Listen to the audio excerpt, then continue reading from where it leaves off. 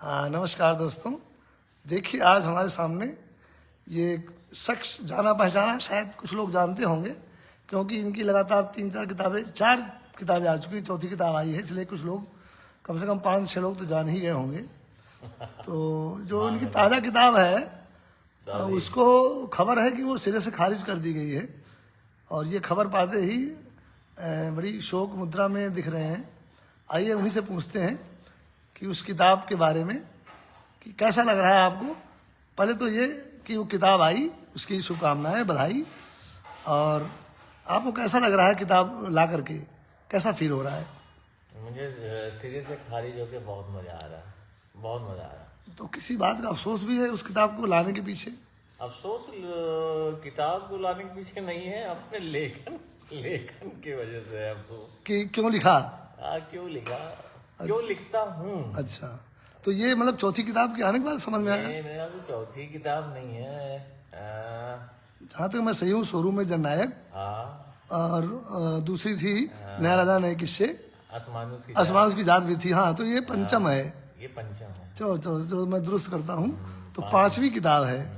तो 5वीं किताब के बाद भी कहीं कोई फर्क पड़ा पहली के और 5वीं में? ये मैं गंभीरता से बात करूंगा कि मेरी जो नई किताब आती है, अच्छा, ये मैं गंभीरता से बात कर रहा हूँ, और जो नए लड़के लिखना सीख रहे हैं और जो व्यंग सीखना चाहते हैं उनके लिए जरूर है कि आपको पढ़ें। और खास तौर से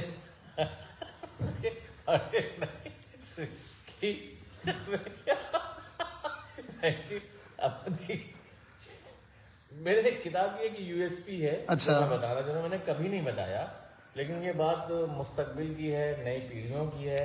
मैंने जो भी कुछ सीखा है अच्छा, अपने गुरुओं से, है ना, और तो मैं चाहता हूँ कि वो स्थानांतरित हो आगे। अच्छा, अच्छा। तो मैं मेरी किताब की खासियत ये है कि जब नई किताब आती है तो मेरे कुछ पाठक कम हो जाते हैं। अच्छा, हर बार? हर बार। तो वो पाठक बाहर वाले हैं या आपके क्षेत्र के ही पाठक हैं? आपके क्षेत्र में तो कोई बचा नहीं। अच्छा, सब तो रास्ता बदल लेते हैं। अच्छा, जहाँ देखेंगे रास्ता। क्या? तो खास तौर से इस महीने में जानते पुस्तक मेले का है, तो आप गए नहीं? कई लोगों ने नंबर ब्लॉक कर रखा है कि उनकी किताब आगे नंबर ब्लॉक कर देते हैं। टेक्नोलॉजी ने बड़ा नुकसान भी किया है कि कहीं किताब का लिंक ना आ जाए। हाँ, कि जैसे पता चलता कि हमारी किताब आ रही है ब्लॉक कर देते हैं। कई लोग पता नहीं छुट्टी बनाने चले। अच्छा, इसीलिए तो मैं अपनी किताब पुस्तक मेले में लाता ही नहीं हूँ कि मेरा प्रकाशक वहाँ पर बहुत सीमित मात्रा में कुछ लेखकों को लाता है। आप अपनी बात क्यों करें? मैं इसलिए कह रहा हूँ कि हमारी आपकी तुलना तो होगी। सिर्फ सरोकार की बात करें। जब बात कहीं होती है किसी की तो तुलनात्मक अध्ययन होता है। हम इसलिए यहाँ पे हमारा इंटरव्यू चल रहा है। नहीं, वो तो चल रहा है, तो हम उसको बात को जोड़ को लेकर कुछ हो और किताब आई है सिरे से खारिज, अब मैं खारिज किया जा चुका हूँ। नहीं, तो कैसे उसको आपने पहचाना कि ये सिरे से खारिज हो चुकी है? कैसे जाना? उसका पहला लक्षण क्या था? ये बड़े गंभीर सवाल है। अच्छा, ये भी सवाल गंभीर है। हाँ, अब जब यार मैं सोच रहा हूँ इसका उत्तर क्या दूं। अच्छा, तो आपने लिख कैसे लिया फिर? यूं ही एआई के थ्रू लिखा है क्या? नहीं, एआई नहीं। देखिए, लिखता तो मैं हूँ, चलिए ये भी नई पीढ़ी के लिए बता दूं। हाँ। जब आप सोचने लगेंगे, अच्छा, तब आप लिख नहीं पाएंगे। ये सोचने के बाद हम तो अभी नहीं, तक यही। लिखने के बाद भी नहीं सोचते। अच्छा, पढ़ते भी नहीं है अपना लिखा? अरे टॉर्चर करना दूसरे को अपने क्यों करो? वो ऐसे कोड़ा मारने वाला नहीं है, ऐसे सच। अच्छा, एक हमारे इसी संदर्भ में एक बात याद आ रही कि एक वरिष्ठ ने कहा था कि मैं अपना लिखा हुआ कभी पढ़ता नहीं हूँ। तो उनको भ्रम है या भरोसा है, क्या है कि हमारा वास्तव में पढ़ने लायक नहीं है? ये सब बोल दिए जाते हैं, मजा आता है कहने में, जैसे कि मैं एक ही बार लिखता हूँ, दोबारा रिराइट नहीं करता। अच्छा। ये सब थोड़ा सा ना मजा आता है, ये भोकाल होना चाहिए। अच्छा, चलो खैर, बात गंभीरता और हंसी से भी बीच की रखी जाए तो इस किताब के लाने के पीछे मुख्य उद्देश्य क्या था? गट्ठर हो गया था लिखने का। नहीं, अब थोड़ा गंभीर बन जाओ। क्या बात? नया पाठक जान नहीं पाएगा उस चीज को और फिर पढ़ेगा, बिना पढ़े खारिज कर देगा। नहीं, जो पढ़ रहा है वो और बिना पढ़े तो खारिज होते ही है। हाँ, ये तो है ही। ये आप जानते नहीं है, पढ़ते नहीं है, समझते नहीं है, आप राय बना लेते हैं, अपनी धारणा बना लेते हैं। बल्कि मैं तो ये अतिरिक्त लगेगा और बहुत माजरत के साथ गया है। अब तो व्यंग वो लगभग खत्म है, अच्छा, सीरियसली लगभग। तो मैं थोड़ी सी विनम्रता में कह रहा हूँ, लेकिन अब व्यंग का मतलब कुछ रह नहीं गया है, सीरियसली। अब यथार्थ ही है, अब इतना अनावृत है, रोज चीजें देख रहे हैं कि अब लेखनी हाथ खड़े तो कर इसमें असल में दिक्कतें कहाँ आ रही हैं? जो लेखक है यानी रचनाकार है जो व्यंग लिख रहे हैं, या जो व्यंग लिखा जा रहा है, वहाँ व्यक्तित्व में गिरावट आई है या लेखन में गिरावट आई है? जाहिर सी बात है, जब व्यक्तित्व में आएगी तो जो व्यक्तित्व होगा, जो आपकी पर्सनालिटी होगी, पर्सोना जो है, वो तो आपके लेखन में लेकिन इसके उलट उदाहरण है। ऐसे ऐसे व्यक्तित्व हैं कि जो बहुत पतित हैं, लेकिन उनका लेखन बहुत सराहा गया है। अब वो दूसरा इशू है, लेकिन वो उच्च कला में उन्होंने पारंगत तो की है ना, जी ये मानेंगे। जी जी। तो आप जो कर रहे हैं, आप उसमें पारंगत हुए नहीं है, अध कच्चा है, अध पक्का है, तो फिर वो बात नहीं। और जब स्पेशल खास तौर पे जब व्यंग की बात हो, जब आपको ये बेसिक ही नहीं मालूम कि वो प्रतिपक्ष है, व्यंगकार जो है वॉच डॉग है, ठीक है। कोई भी हो, कोई भी सरकार हो, जब आप सरकार का समर्थन करने लगे, किसी भी सरकार का, तो फिर आप लिखेंगे क्या? इवन लेखक भी होता है इसके। इवन जब आप सरकार को डिफेंड करने लगे, और काम क्या है? सवाल पूछना, है ना। अभी एक बहुत बड़े लेखक थे, वो व्यंग की उपेक्षित विधा को लेकर बड़े परेशान रहते हैं। पहले यात्राओं में जाते थे, खूब सारे मंडली लेके, जैसे हाँ, चाय भी ली जाए साथ में, चाय, क्योंकि सिरे से खारिज होने के बाद ये इतना नुकसान चाय का नहीं कर सकता मैं। नहीं, तो लेखक बनाया करते थे, है ना, हर जगह। अच्छा। तो बात क्या थी? बात ये थी, असल में उसका जवाब भी उसी में छिपा है कि जिसके पास जो प्रतिभा होगी वही करेगा, वही उसी में निपुण है। हाँ, दोनों ही है। तो ये एक सतत यात्रा है। आप शोर शराबा छपने, अब लेखन क्या है? उठे, मुंह धो लिया, नित्यकर्म कर लिया, खाना खा लिया, नहा लिया, लिख लिया। तो क्या चाहते हो आप कि व्यंगकार जो है वो किया, लिख नहीं, तो आप क्या चाहते हो व्यंगकार फटे हाल रहे? फटे हाल का कौन कह रहा? खूब रहे, खूब उससे रहे, समृद्ध रहे। लिखना क्या है? व्यंग की आज समकालीन व्यंग की सबसे बड़ी समस्या क्या है? लिखने वाला। एक बात है, हमें टिकने ही नहीं दे रहे। तो मैं यही कह रहा हूँ, तुम ही तो नहीं टिक रहे हो। हमको जवाब देने नहीं दे रहे, आप सवाल पूछ दे रहे हैं। व्यंग की ये असल समस्या क्या है, ये बताइए। छोड़ो, मैं तो वो बता रहा था व्यंग की असल समस्या। देखिए, हर विधा के लिए, हर कला के लिए, बिल्कुल, फनकार को, कलाकार को उसके कुछ कौशल होते हैं। जादूगर अपने कौशल विकसित करता है, ठीक है। हर चीज शास्त्रीय गायन में आपको रियाज करना पड़ता है। तो इसी तरीके से आप, चूंकि व्यंग की बात हो रही है, तो आपको उसका अभ्यास करना पड़ता है। कच्चा पक्का रहता है, कई बार हमसे आप सहमत नहीं होंगे, वो सब ठीक है, आपको हम पसंद नहीं होंगे, बहुतेरे को हम। हाँ, लेकिन वैचारिक रूप से तो मेरी पूरी नहीं है। मैं यही उसमें जोड़ रहा हूँ कि वैचारिक रूप से तो समृद्ध होना चाहिए। आप भले कम अच्छा या कम स्तर का लिखें, लेकिन आपके इरादे नेक हों, ये ठीक बात है। लेकिन आपको मैं एक उत्तर देना चाहूंगा आपकी बात में, जो आप कह रहे हैं ना कि लोग अधिकतर जो व्यंगकार हैं वो सत्ता पक्ष के साथ वकालत करते हैं। तो उसमें मैं बताऊं, उसमें हमने भी बात की है लोगों से, तो उनका ये तर्क है कि वो देश के साथ है। उनको लगता है, उनको ये लगता है कि सरकार देश चला रही है। बिल्कुल, यहीं पे काउंटर करना, जो विपक्ष में थी, हाँ, कल तक, बिल्कुल, वो धरना प्रदर्शन और विरोध कर रही थी, तो क्या वो देश के खिलाफ विरोध कर रही है?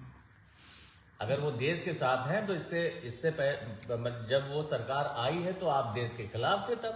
ये तो बहुत, देश क्या हो, देश लोगों से होता है, सही निर्णय से होता है, बोलने से होता है, अभिव्यक्ति से होता है ना। और आप गीत लिखिए, प्रेम गीत लिखिए, सब कुछ करिए, व्यंग तो क्रिटिसाइज करेगा ही करेगा। बिल्कुल। आप व्यंगकार से तारीफ की उम्मीद कैसे करते हैं? ये तो बड़ी बेवकूफ। आप डॉक्टर से कहो डिजीज ना बताए यार, कमाल करते हो। मतलब ये तो बहुत विचित्र हम देख रहे हैं, अंधड़ चल रहा है। नहीं, तो वो तो हुआ है, पहले कोरोना काल में ही हुआ कि सही रिपोर्ट्स नहीं आई, आंकड़े। असल में सबसे बड़ा अब समस्या हो गई डेटा चोरी की, और हर चीज में डेटा को छुपाया गया। वो हम उस पर नहीं जाते, लेकिन इसका कारण यही होगा, कल को कोई भी सरकार है वो जिम्मेदारी मुक्त होगी। भाई जनता का काम है सरकार से सवाल पूछना, ना कि जनता जनता से पूछे।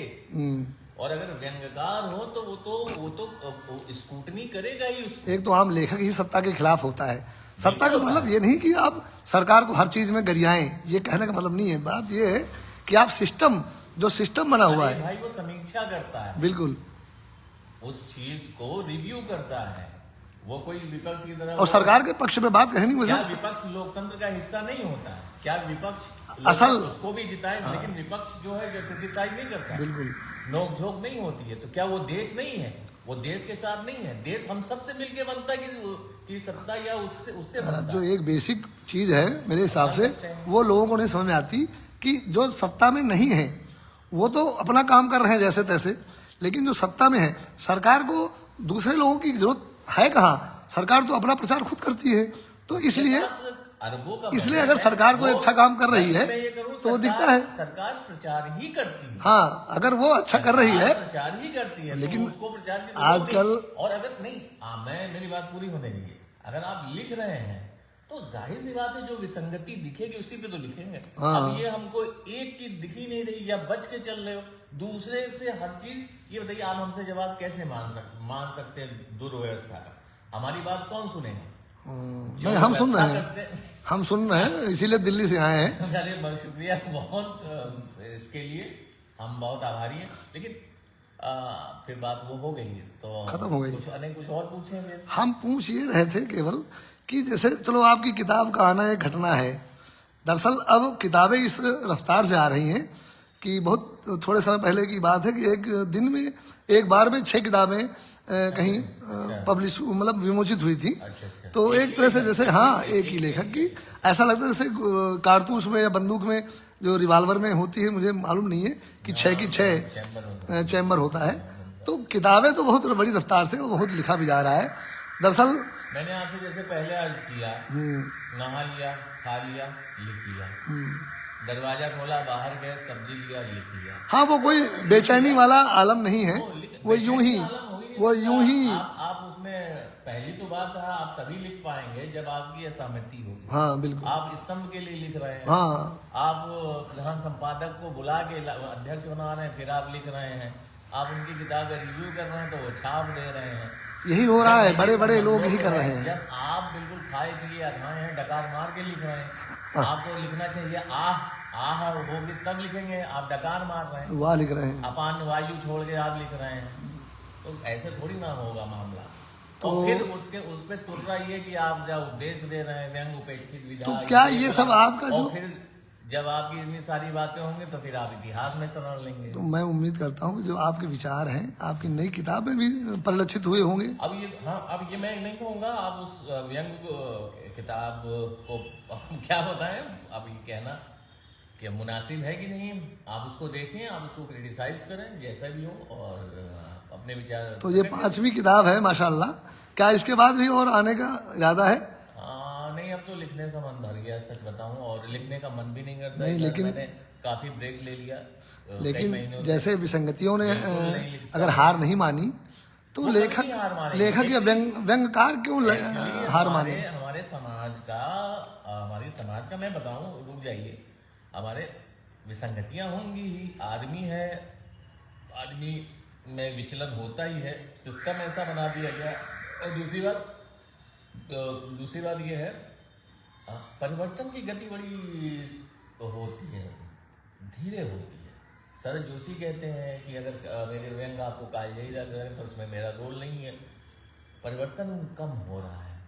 तो विसंगतियां तो रहेंगी, लेकिन बार बार लिखना और उन्हीं चीजों को लिखना, वही चीज रोज हो रहा है, या नए तरीके से अगर लिख सको तो। पुनरावृत्ति इतनी बढ़ गई है, फिर पुनरुक्ति क्यों करना, और जब एक बार कह दी वही मुद्दा बार बार क्यों कहना। मैंने कहा ना कि वही ना खाल धो लिया, मुंह कर लिया, लिख लिया, तो वही हम कॉलम लिख रहे हैं, खुद ही अपना ढिंडोरा पीटा, आज बढ़िया सप्ताह में मेरा कॉलम, आज हम खुद ही कह रहे हैं, खुद ही बोले। आज जब ठीक है तो अपना पढ़ेगा आदमी, आज निकल पड़ेगा। और ये सभी वो है, आप आनंद लें, क्या मतलब आनंद लें, व्यंग से आनंद नहीं होता बेसिकली। आनंद है, लेकिन दूसरी बात है, वो चेतना का भी है, वो अलग वो है। चेतना का ये है कि लेकिन मैं ये कह रहा हूँ कोई कि concern ना जब करे। आप कंफर्ट जोन में हैं और जब मजा है तो व्यंग मजा, माफ कीजिएगा आप क्या बोलूं, ये थोड़ा सा वो हो जाएगा, सख्त हो जाएगा कि आप एक रूटीनल या उद्गलन है या वो है।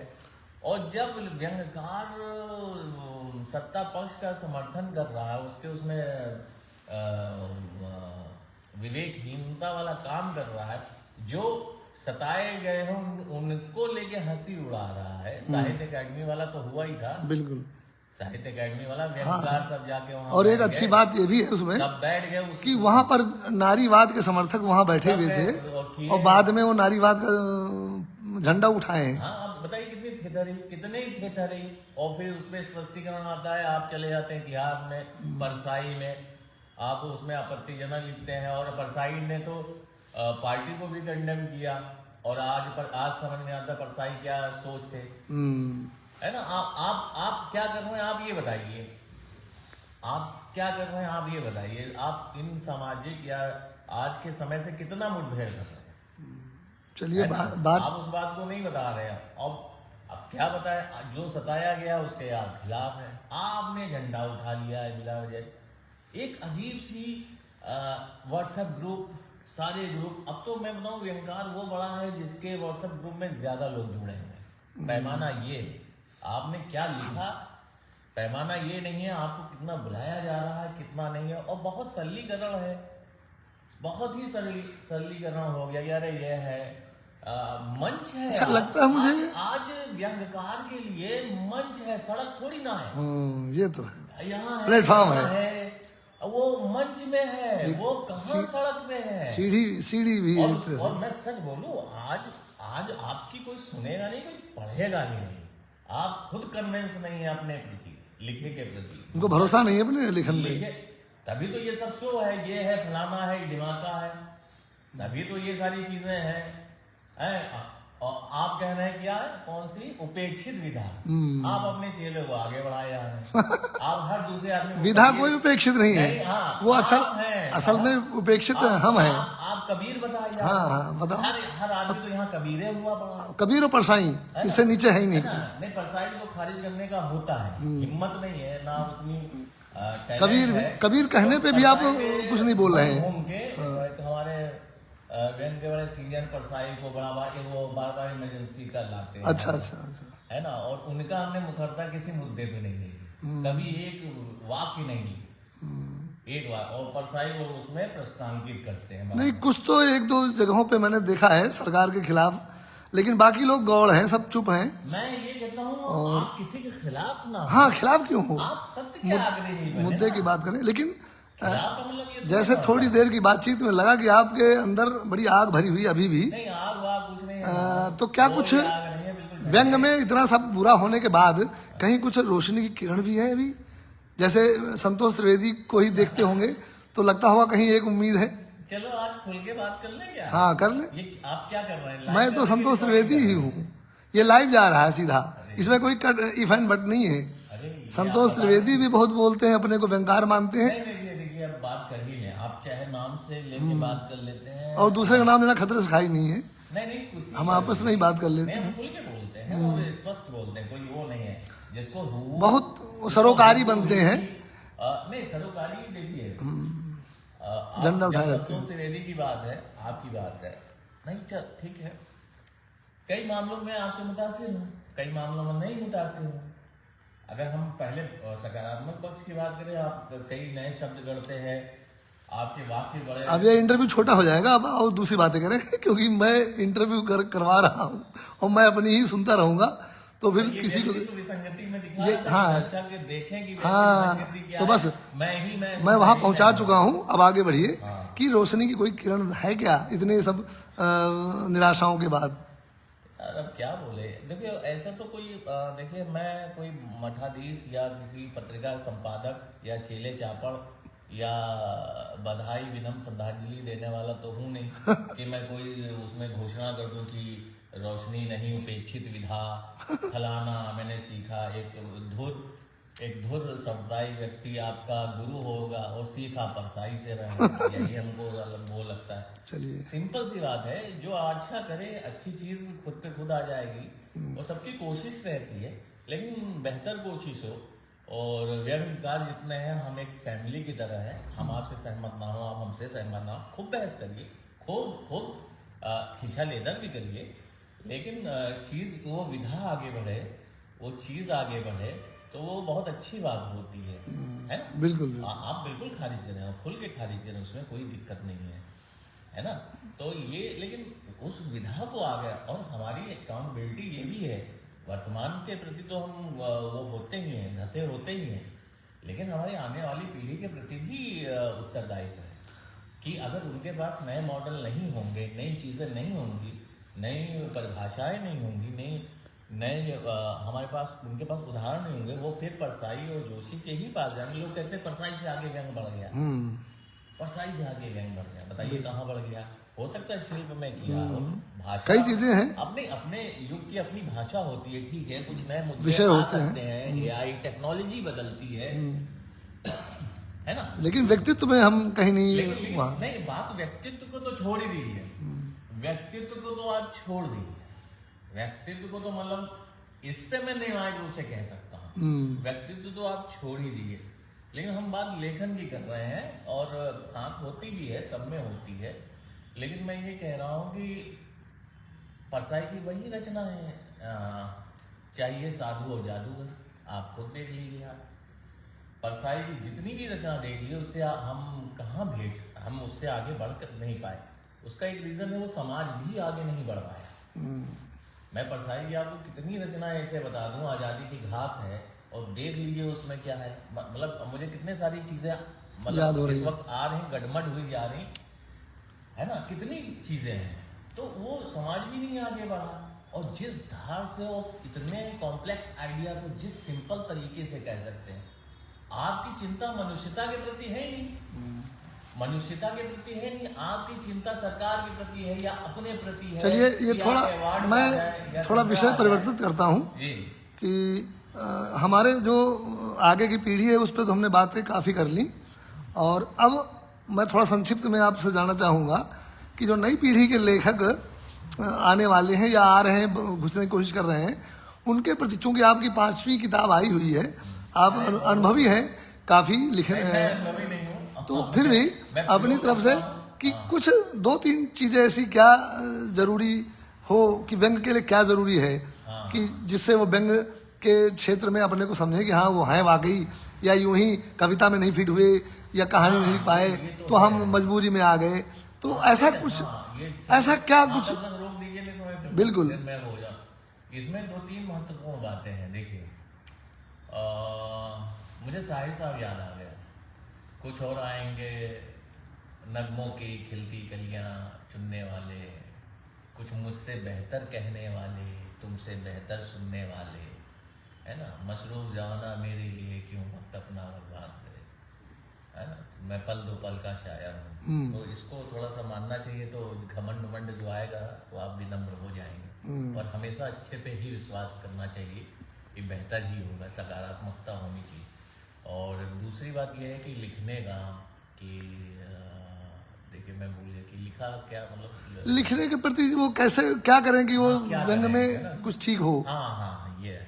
देखिए, सबसे पहले तो आप रचिए, लिखिए मत, बिल्कुल, आप रचिए, आप डायरेक्टर मत बनिए, आप निर्माता बनिए, आप सोचिए, खूब ज्यादा सोचिए, भले ही आप सोचने के लिए ठीक ठाक समय है ना, आप फिर लिखिए, खूब सारा पढ़िए,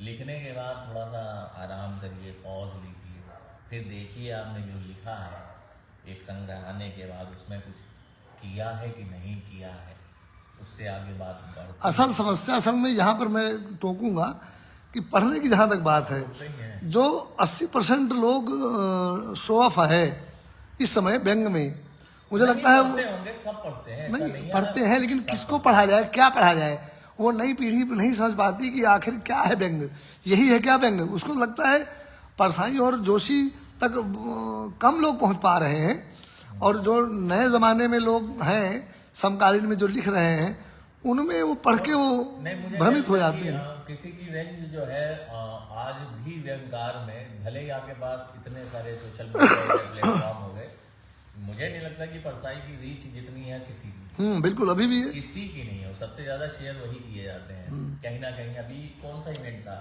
तो परसाई आ गए, कहीं ना कहीं से अब वो माध्यम। दूसरी बात ये है कि देखिए अभ्यास करना पड़ता है ना। सबसे पहले तो मैं कहूंगा कि अपने प्रति ईमानदार रहें। अगर आप अपने प्रति ईमानदार नहीं रहेंगे तो बात कैसे बनेगी। बिल्कुल। और दूसरी बात है कि थोड़ा तैयार रहें। मत सोचे कि आपने बहुत तीर मार ली। आप इसको एक हस्तक्षेप की तरह, जिम्मेदारी की तरह समझे। हाँ, एक हस्तक्षेप कि आया, हमने किया, हो सकती बात बने ना बने तो आगे बढ़ जाइए। उसमें आप बहुत ना, उसमें आप बैठे ना रहिए, या आप वो उम्मीद करें कि संतोष द्विवेदी जी बोल देंगे या फलाने बोल दें। आप किसी के अनुमोदन के लिए भागिए मत। बिल्कुल है ना, कि फलाने बोल देंगे, इस पत्रिका में छप जाएंगे, है आपका जो है क्या बोलते हैं, क्या होता है उसको, वेलोसिटी बढ़ जाएगी, घनत्व बढ़ जाएगा, वैल्यूम बढ़ जाएगा, आयतन बढ़ जाएगा, आयतन बढ़ जाएगा। ये सब इन सब में मत पड़िए।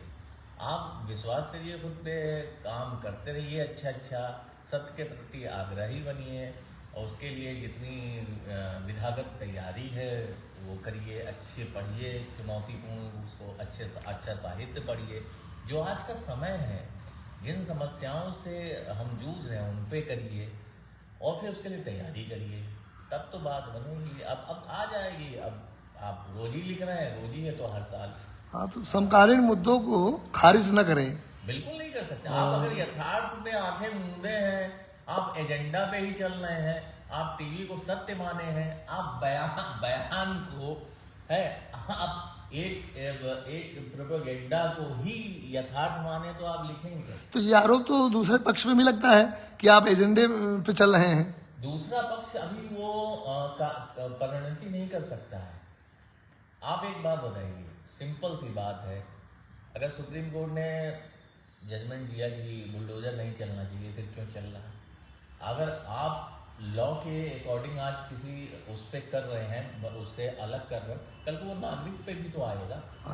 आप किसी का, जैसे हम सुनते हैं कई बार पुलिस ने इनकाउंटर कर दिया, आप खुश हैं, लेकिन हो सकता है वो ना हो। बिल्कुल जुडिशियल सिस्टम गलत तरीके हैं, है ना, एक जुडिशियल सिस्टम है, एक सिस्टम में चीज हो, परसेप्शन से नहीं जजमेंट होता। और एक्सट्रीम आप वो हो जा रहे हैं ना। भीड़ मैं तो जो नहीं समझाना चाह रहा हूँ, है ना, आप किसी के बयान पे हो शुरू हो जा रहे हैं। अभी एकदम से सब हम डिसीजन देने लगते हैं कि हर चीज का, और जिम्मेवारी जो है जो उस ड्राइविंग सीट पे बैठा है उसकी तो होती ही है। भाई हम ड्राइवर साहब से कहेंगे भैया देख के चलाओ, भैया वो कराओ, जो पीछे बैठा है उससे तो हम नहीं कहेंगे ना। तो जिम्मेदारी जाहिर सी बात है आपकी बनती है ना। तो ये चश्मा, अंगूठे पे चश्मा एक आपका नया सिग्नेचर है, क्योंकि इसके पहले तो ललाट पर चश्मा हमने देखा है। चश्मा थोड़ा सा गंदा हो गया, दृष्टि धुंधली हो गई है, भ्रम इतने तो एक लाइटर मोड में ये बात। आप एक सिंपल सी बात सुने, आपने खुद देखा होगा, सबने देखा होगा, चैनल ने अभी जो क्या था, अभी कुछ वो अभी क्या बोला था, पड़ोसी देश पे कब्जा कर लिया, ये कर लाहौर कराची, हाँ ना, जो भी हो। तो मतलब ये आप देखिए, ये क्या, ये देशभक्ति है, ये क्या है। आप देखिए फेक न्यूज है, चीज है, कार्रवाई नहीं हो रही फेक न्यूज पे कोई, और है ना, और देखिए आप कितना आप कौन भ्रम कर रहा है, क्या ये देशभक्त है। ये उसी हमारे जो जिम्मेदार संस्थाएं, उन्हीं को ही रेगुलेट करना चाहिए, बिल्कुल उन्हीं को रेगुलेट करना चाहिए था। आप भाषा पे देख लीजिए, हमने संसद में सुनी, हमने चलो अपवाद माना, फिर हमने सुना, इस बार भी हमने संसद में सुना। अब अगर हम कहते हैं कि अब क्या भाषा है, तो आप कहते हैं कि आप वो नहीं है। आप देखिए ना, उत्तरोत्तर हम किस दिशा में बढ़ रहे हैं। बिल्कुल। क्या किसी को आज धरना प्रदर्शन कितना गलत, और आप हर बात पे धरना करते थे, सिलेंडर का नाम बड़ा, आप सड़क ही पे रहते थे, अर्धनग्न प्रदर्शन किया हुआ है आप लोगों ने। तो जमहूरियत, या अब क्या ही बताया जाए, क्या भाषा हो रही है, क्या हमारे विमर्श हो रहे हैं, किन मुद्दों पे। आप तो फिल्म आती है तो पूरा समाज बढ़ जाता है, ना कला पक्ष पे बात होती है, ना वो, या आप इधर हो गए हैं, उधर हो गए हैं, सब हुआ हो जा रहा है। चलिए, बहुत अच्छा लगा। और देश हम सबका है और हम सबकी जिम्मेवारी है और हम सबको समझना चाहिए, बूझना चाहिए। और कोई पूरी तरीके से गलत नहीं है, कोई पूरी तरीके से सही नहीं है। भाई आप मेरा क्रिटिसाइज कर रहे हैं, मुझे कर रहे हैं, तो इसलिए कर रहे हैं, हो सकता है आपका पक्ष सही हो, उसको इसके लिए मैं आपको शत्रु ना मानूं, इसके लिए शत्रु ना मानूं कि आपने दूसरा पक्ष रखा। लेकिन यहाँ तो शत्रु मानने का चलन हो गया है। भाई अलग अलग लोग हैं, अलग अलग विचारधारा, हमारी तो भारतीय परंपरा रही है, कितने मत रहे हैं, कभी कुछ नहीं हुआ। आस्तिक रहे, नास्तिक रहे, है ना, कितने संप्रदाय रहे हैं, क्या खूबसूरत है।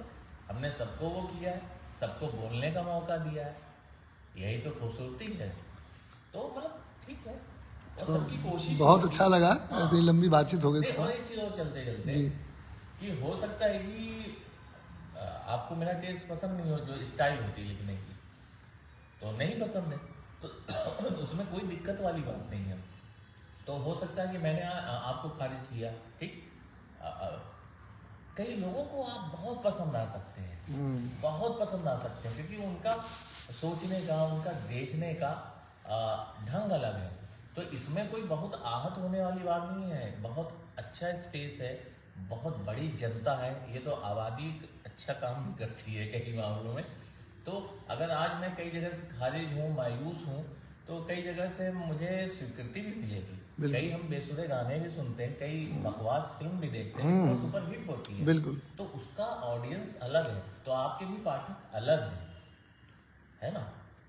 तो मैं जो कह रहा हूँ, तो आप समझ रहे हैं? बिल्कुल समझ गया। तो बाकी सब चले और सबका साथ सबका विकास नारा ना हो, विधा आगे बढ़े। और मैं तो सच बताऊं, मैं ये कहता हूँ कि व्यंग लिखना ही ना पड़े, बिल्कुल। व्यंगकार कोई हो ही ना। लेकिन ये हमारे हाथ में नहीं है, ये तो सरकार के और सत्ता हमारे के आदर्श हमारे में भी है कि हम कम से कम वो जागरूकता ना लाना। करें, वो बात तो ना करें। जैसे धर्म या इस तरह के मुद्दों को जनता के द्वारा ही थोड़ा सा मिल रहा है। कर्तव्य करें, अच्छे से रहें, उन चीजों को करें, हम वो चीज ना सरकार को सूट करता है ऐसे मुद्दे, है ना। तो ये सारी बातें हैं, तो अच्छा है। चलो, बहुत अच्छी बातचीत रही, सब अपनी कोशिश कर रहे हैं, अच्छी बातचीत रही। और सबके वो है, और ना काहू से दोस्ती, ना काहू से बैर, और सब। अभी बहुत चीजें बाकी हैं आपके नहीं, अंदर, तो मैं बोल- भरे बैठे हो। नहीं, मैं भरा नहीं बैठा हूँ, मैं खाली हूँ, लेकिन फिलहाल खाली हूँ। फिलहाल समय की कमी के कारण अच्छा। आपको नई किताब की जो नाम है उसका सिरे से खारिज और राजकमल प्रकाशन से आई है, तो जिसको चाहिए कि अनूप मणि त्रिपाठी को खारिज कर देंगे, वो आगे और पढ़ के बताए। जी, बहुत धन्यवाद आज की बातचीत के लिए। जी संतोष जी, आपका भी बहुत बहुत धन्यवाद।